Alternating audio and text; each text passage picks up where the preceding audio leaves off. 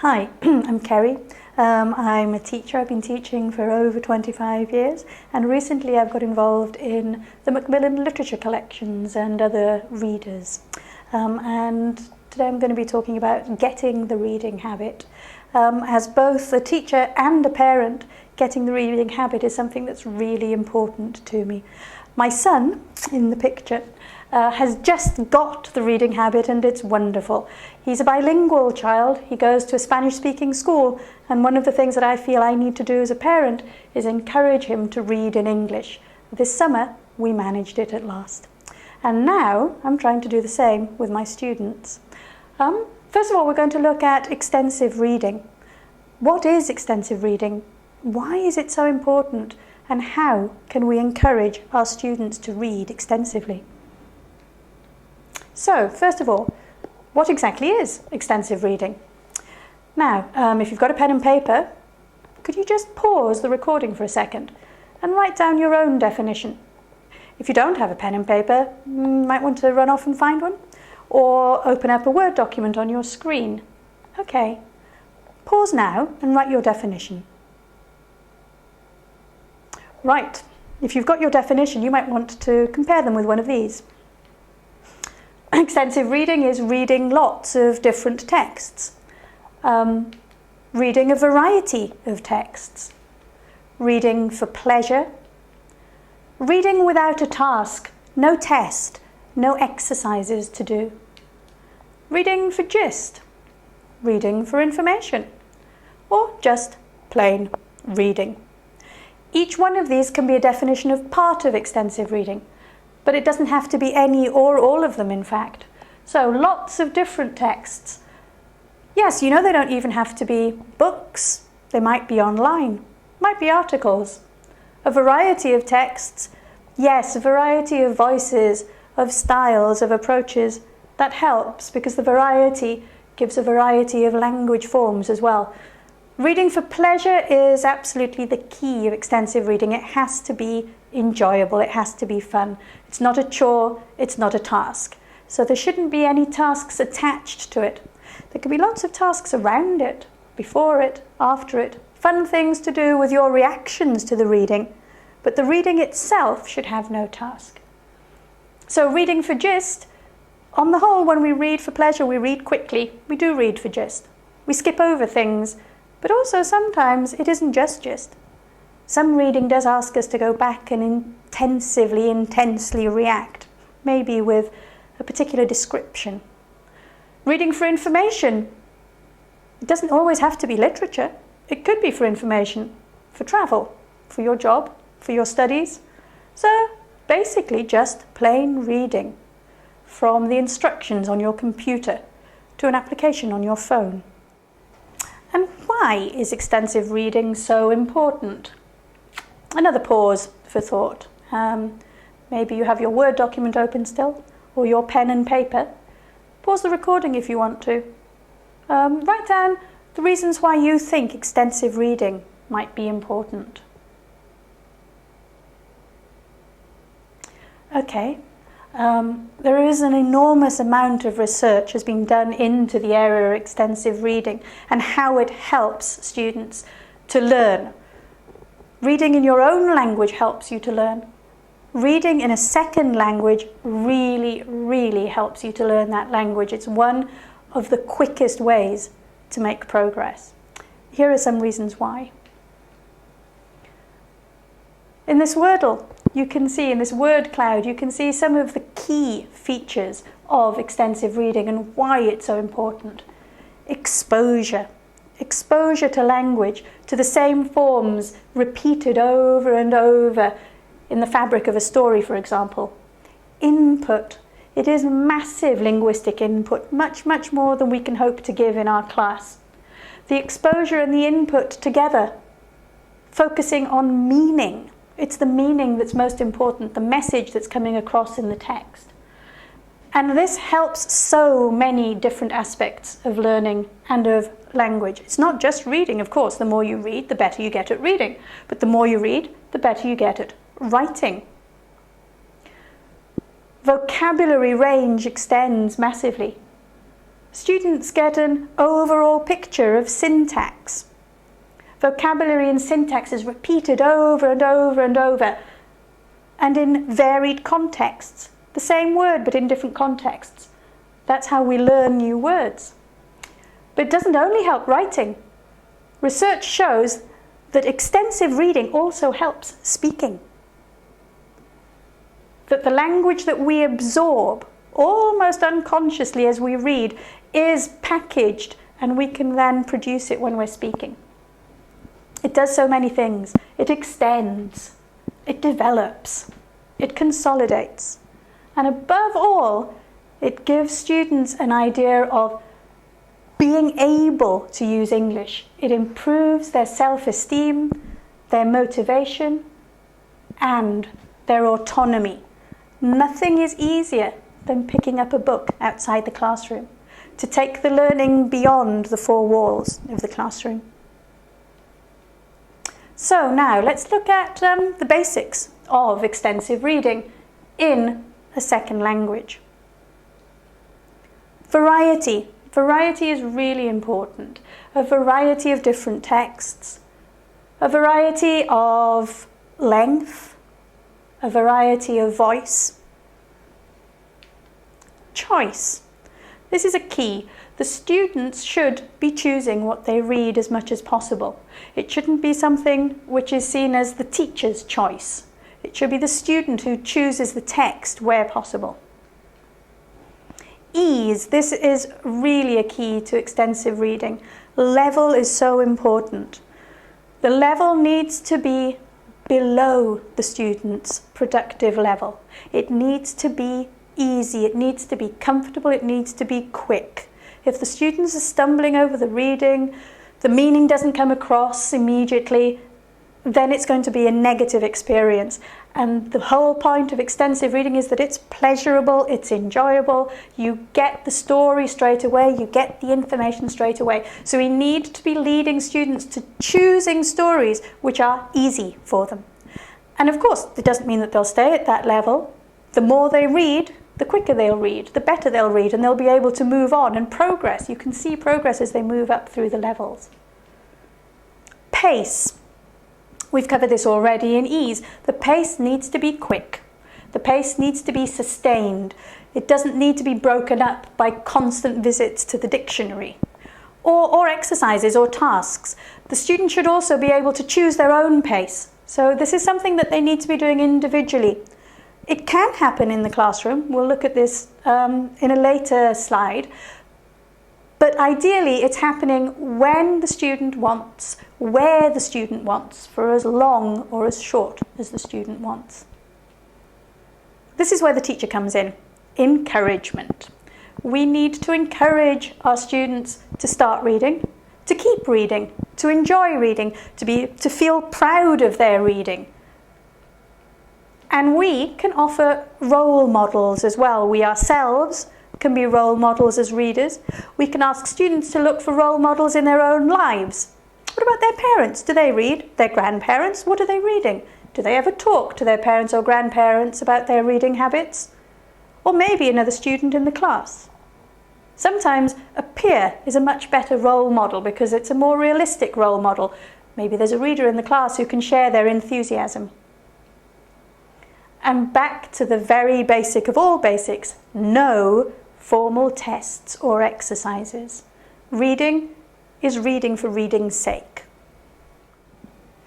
So, how can we encourage our students to read? Well, I've spoken already about the teacher as a reader.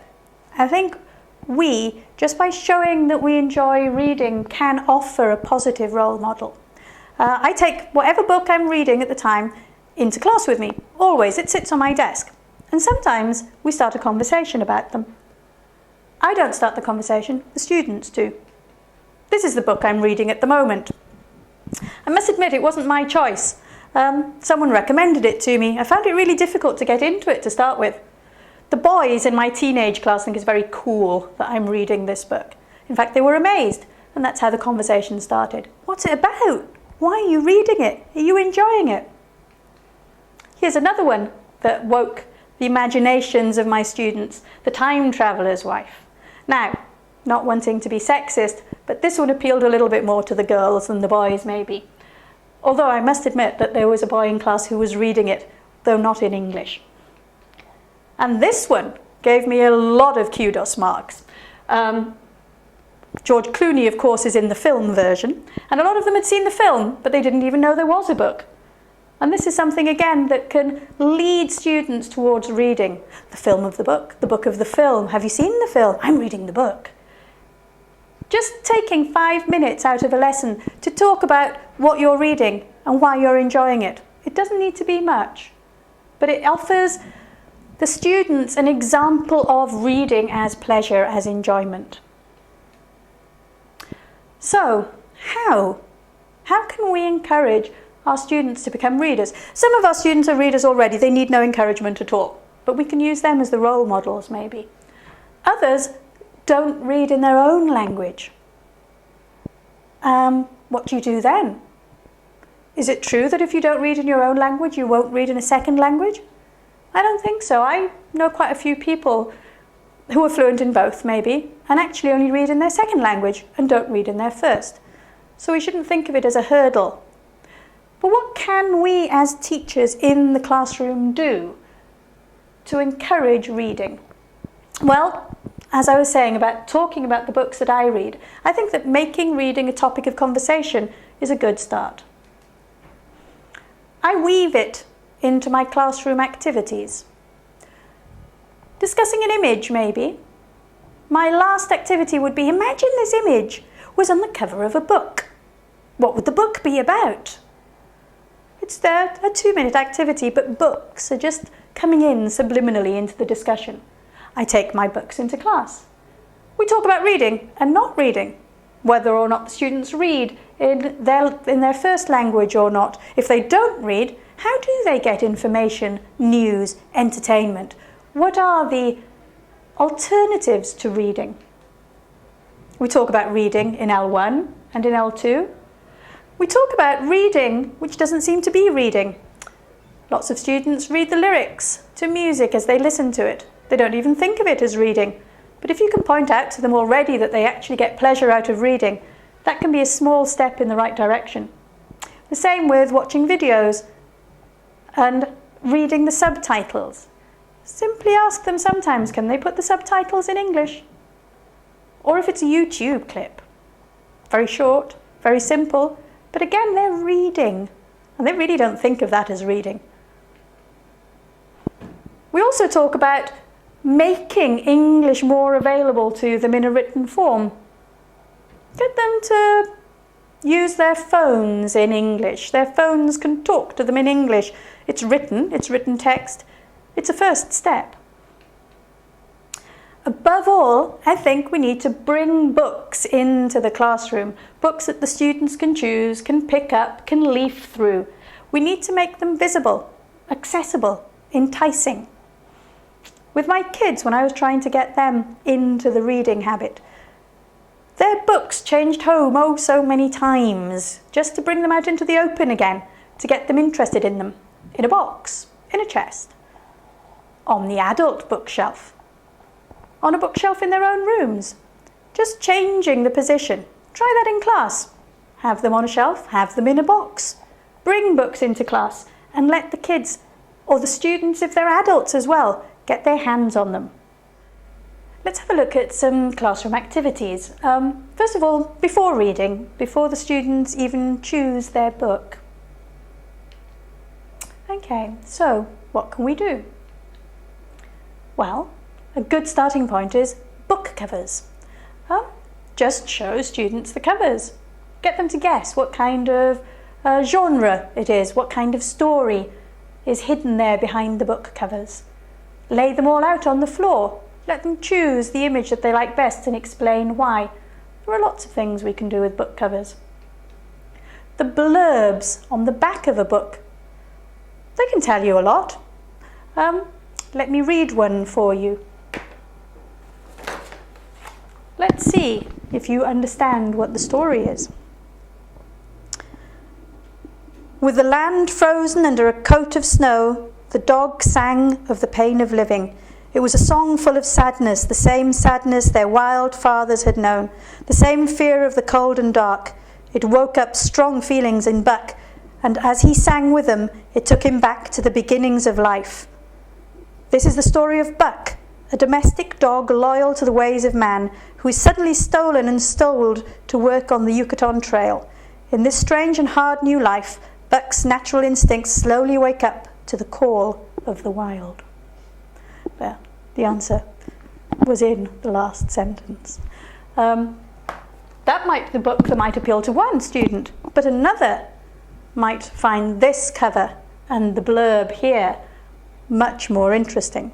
This is a James Bond classic. Or how about this one? Another cover with another blurb that will appeal to another part of your class. Students can read the blurbs without the titles and match them. They can write their own blurbs for books later on as well. Opening paragraphs are great as well. Just as you'd read a blurb, you can read the opening paragraph. Opening paragraphs are very helpful for finding the right level. Let students read a couple of opening paragraphs from books from different levels. Ask them how many words they don't understand. That's all. Read the first paragraph and count the number of new words. If there's only one or two, that's probably the right level for them. If there are more, then that's probably too difficult. Research at the moment seems to suggest that students need to understand 95% of the text to be able to enjoy the book. Opening paragraphs can be a great test for that. Page 99, have you come across this? Apparently, open any book on page 99 and it'll give you a complete idea of what the story is, the author's style, the characters. Sometimes the opening paragraph might not be the best indication of the story, so turn to page 99. Of course, with some of the graded readers, page 99 doesn't work. Use page 33 instead, or 22. It doesn't matter. The whole idea is that you dip in somewhere in the middle of the story when all of the action's already started. See how much you can understand from one page. Read one page with the whole class, and then just get them to predict as much as they can. Afterwards, let them read the opening paragraph, the blurb, look at the cover, and see how many of their predictions were right. Once they're reading, the important thing is to keep them reading. There are tasks that we can use during the reading process. I don't mean whilst they've actually got their books open and they're reading, but whilst they're continuing the reading of a book. Log books work really well for me. This can be a simple exercise book. Take it into class, students write a sentence, or a few words even, about what they've read that week. It takes 5 minutes. The book gets passed around the class, everyone adds. If they have to, they write, "I haven't read anything this week," with a sad face. Hopefully the fact that other people write more and some kind of positive encouragement from the teacher means that next week they'll want to write something a little bit more than "I haven't read anything this week." They're also allowed to include song lyrics, subtitles, anything that they've read in English. DEAR. This is a strategy used in teaching young learners to read in their first language, which was first used in the United States. It means drop everything and read. So, to do this, it presupposes that all of the students in the class already have a reader that they're working on. If the class is losing energy, getting a bit bored with the task at hand, the teacher just says DEAR, and the students pick up their books. They read for 5 minutes, then the teacher says, "Close your books," and they get back on task again, usually with renewed energy.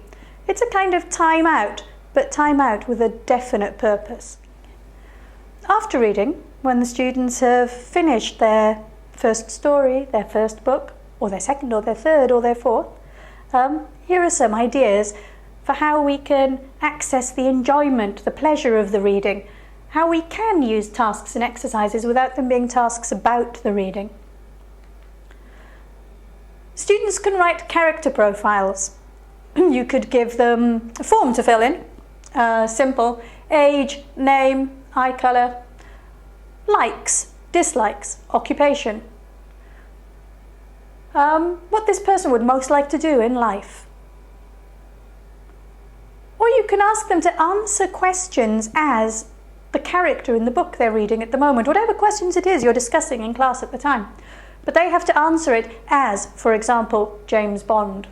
It does change the answers to what did you do at the weekend. Adds a little bit of spice. Ask them to think about the story if it took place in a different place and time. Very often the most useful is to ask them, how would the story be different if it took place in your hometown? If it took place now and not 50 years ago or 100 years ago or whenever the story was set? How would mobile phones change the story, if at all? Any of these things help us access the understanding. We can see that the students have followed the story, but we're not asking them comprehension questions about the text themselves. It's global comprehension that's coming out, and playing with the ideas is quite imaginative and fun. Interviews, of course, very useful. Interview the characters. Set up interviews with the characters, again, very similar to the character profile. Authors can be very accessible if they're contemporary authors. A whole class could write questions to the authors. You might want to find out first of all, but we've done it in the past. The class has written questions to the author of a science fiction story we were writing. He was very pleased to answer the students. Points of view. In the same way as recasting the story in a different place and time, what if the story was told from a completely different point of view? Change the narrative to one of the other characters. What scenes did they see? What didn't they see? What was their attitude to the story? How would the story have been different? Role plays, key scenes, acting. Again, they don't use the words in the actual story, they use their own. And actually standing up and moving and walking and talking in character is something that students quite enjoy. Predictions. How can you predict something that's finished? Well, what happens after the story? What continues next? Those kind of predictions. What will that character do? What will be the conclusion beyond the story? And of course, the most important thing to do after reading is to keep reading and start the cycle again. Introduce the students to more reading. There are so many great things we can do today with digital tools that can scaffold and support and extend the reading habit. We're going to look at using audio, video, and the internet. First of all, listening and reading. There isn't much research into the effect of extensive listening, although intuition would seem to suggest that extensive listening a lot, listening to a variety of texts, listening to a variety of voices, will surely have some kind of positive effect, as does listening and reading either together or supporting each other. Let's look at some things that we can do. As a teacher, you can read aloud to your class. Okay, this is something which is common practice with young learners. Adults love it too. The voice of a human reading aloud to you, person to person, it's something that everyone enjoys. They can read with the book open or the book closed. The same goes with CDs or MP3 files. Files can be downloaded, for example, on the Macmillan site or on One Stop English. Many of the readers have audio files to support them. Again, listen with the story. Listen before you read, or listen after. Read first and listen after. The listening is a consolidation. It's quite relaxing when you already know what's coming, and you can listen to the words. Reading, the one thing reading can't really help with actively is pronunciation, intonation, rhythm. So listening to the story can add yet another layer of learning. Listen first and read after. Of course, here level is incredibly important. You need to be sure that it's well below the level of the short listening texts that we use in class, because here you're asking them to listen to a whole story. They need to be able to follow it, and afterwards they read. Sometimes what I do is I speak out a very simple version of the story beforehand. I bring it to life. They listen only, and then they read a far more complex text. It can be a good way in. Whatever you do with the audio, keep it short. A couple of minutes, that's more than enough. Attention spans won't keep going for much longer. 5 or 6 minutes for a student, that's an incredibly long time to be listening. Break up the extracts with chat and comments. Like parents reading to their kids. Stop and, ooh, what do you think's happening now? What'll happen next? Encourage conversation about the extracts if you're reading aloud. Shadow reading, to read with a CD or with an MP3 file. After they've read it, after they've understood the text, this can really help with pronunciation, with global pronunciation, intonation, pausing, timing, and it can be something very enjoyable, chorused as a whole class. Or ask the students to choose a favourite passage. Give them plenty of time to practice. Give them models as well of good readers, and ask them to read their favourite passages aloud to the class. Or ask them to record themselves. It's very easy these days. Record yourself on your mobile phone. Nobody has to be there when you're reading, and then you can play it to the class. Of course, a lot of books are made into films, and a lot of films are made into books. And this is something that we can certainly make the most of in class. Old classics in particular, where the story is well known. Dracula, Robin Hood, or even Jurassic Park is old enough to have become a classic. The students are so familiar with these stories, they know them already. And there's a lot that we can do to use this knowledge of the film to lead them into the book. So, what can we do with classic films and all-time favourites? Well, start with the posters, or even just the name. Brainstorm anything and everything you can that the students already know about the story. Choose one version. Dracula, there are so many versions from so many different times. Watch the opening scene and compare the opening scene to the beginning of the book or to another film. After reading the book, you can do the same with the closing scene. How did the film end? How does the book end? Are they the same? Are they different? If they are different, why? What exactly are the differences? Which one is more effective? Of course, all these questions are open questions, and the students' answers can be very different and all of them equally valid. Choose key scenes from the book. If it's a key scene, it'll be in the film as well. Act them out. Compare them to the scenes in the book, in the film. Again, what are the differences? What are the similarities? What's lost in the film version? What's added? Which one do you prefer, the book or the film? The students can write voiceovers to go with the scenes. Turn the volume down and the students read out their voiceover as the film plays.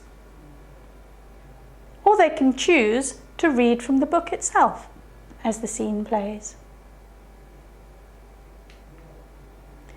There's so much more you can do with films as well. Ask your students too. They've usually got some good ideas. There are lots of other things that we can do using the internet as well. If you have the internet in class, great, but it doesn't have to be inside the class. It could also be outside. The fact that we don't have the technology in our classroom shouldn't stop us from using the internet. Ask students to do some image searches. Again, this can be before or after. Look for posters, book covers. Choose a scene that they enjoyed from their story and search for some images to illustrate that scene. Share the images in class. Get the other students to respond to them. Guess what the scene might be, and then the student who chose the image can explain. All kinds of information searches are possible. About the authors. Reviews of the book. Do they agree? Do they not agree? Summaries. Are they complete or not? These can be done before reading, after reading, or whilst you're still reading. Voice recording. This is one of the wonderful things that the internet has given us. So many online voice recording tools where students can record themselves reading, talking about the books they've read, the books they're going to read. And the wonderful thing about online voice recording is you can often hide yourself behind an image. There are lots of tools out there that you can use, for example, PhotoBabble or VoiceThread. I'll show links to these in a moment, where the students upload an image, let's say maybe the cover of the book, and then they talk about it. PhotoBabble is wonderful because it has a very limited time. You can't speak for more than 2 minutes. Most students don't want to. VoiceThread is wonderful because you can record a list of comments. One student leaves a comment, then another can go online and leave their comment, and another comment and another comment, and a conversation can grow online. You can start a book blog or a Facebook book club page, very much like my exercise book earlier, the log book, where students write about what they're reading at the moment. Not only students use these, I'm a member of one at the moment. It's a Facebook page where we're not allowed to write more than 10 words about the book we're reading at the moment. You have to log on once a week, write your 10 words, the name of the book, and that's it. Next week you're probably still reading the same book, but you have to write something different. This can work with students as well. If you're looking for short messages, online post-its are great. A couple of online tools that you can use for this are Wall Wisher or Linoit. Again, I'll show the links in a moment. Here, there is a limit to the number of words, the number of characters that you can post, and they appear on a board as if they were post-its. Students can visit them on their phone. Students can visit them at home, and you can show them in class. Other web tools that are growing in ease of use and sophistication are animation tools. There are all kinds of animation and cartoon and digital storytelling tools that students can make their own version of the story that they've read. A 30-second Dracula, for example. They can upload images, or they can make cartoon characters move. There's so much you can do with the internet. Again, ask your students. No matter how many tools you know and you're familiar with, you can never ever know them all. And I'm sure a lot of your students are playing around with them too. So here are a few links. Voice recording sites. At the moment, they're all free. The thing with online tools is they change, so you can't take it for granted. Maybe in the future you'll have to pay for them, but there'll always be something similar around. Collaborative writing is great for logbooks, for reviews, for summaries. And the last two links here, Wall Wisher and Linoit, are the post-its, the online post-its, where students can leave just short comments. Here are some links to readers, tips for using readers, worksheets on one-stop English, all part of the world of Macmillan Readers.